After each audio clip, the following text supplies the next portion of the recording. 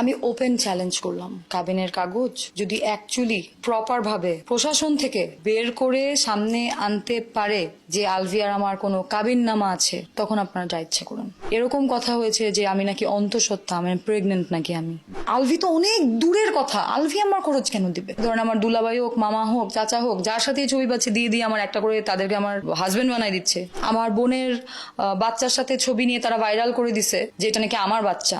যদি তারা আমার ফ্যামিলিকে হ্যারাস করে তাহলে তারাও এক ধরনের ক্রিমিনালেই পরিণত হবে। ও সবই জানতো, ও আলভির পুরা জীবনের এই 14 বছরের সব হিস্ট্রিও জানতো। বা ইকরা ধরেন আমার চুলের মুঠি ধরে বললো যে আমার জামাইয়ের সাথে তুই কাজ করবি না। আমি আমার ইহ জীবনে কারো কাছ থেকে দামি দামি গিফট নেই নাই। কেউ বলছে আইন বিশ্বাস করি না, আমাদেরকে দে, আমাদের সামনে না ছাইরা দে, ওরে এই করব, ওরে সেই করব।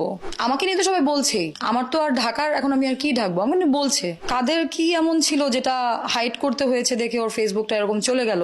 এটা এটা আমিও জানতে চাই। কিছু মানুষ জোরপূর্বক আমাকে দোষী করার চেষ্টা করছে।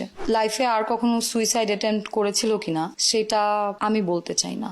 লাইফ থ্রেট, আমাকে রাস্তায় পাইলে মেরে ফেলবে, হয়তো পুরোটা জানি না, কারণ আলভি কিন্তু ওদের বাসার ভিতরের কোনো প্রবলেম বা ঝগড়াঝাটি নিয়ে খুব একটা বাইরে কথা কখনোই বলতো না।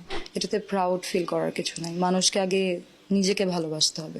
আমাকে তাই অন্য মানুষরা করছে। আমরা একটা টিম, ব্যক্তিগত জাহের আলভি নায়ক হিসেবে অফিস না তো।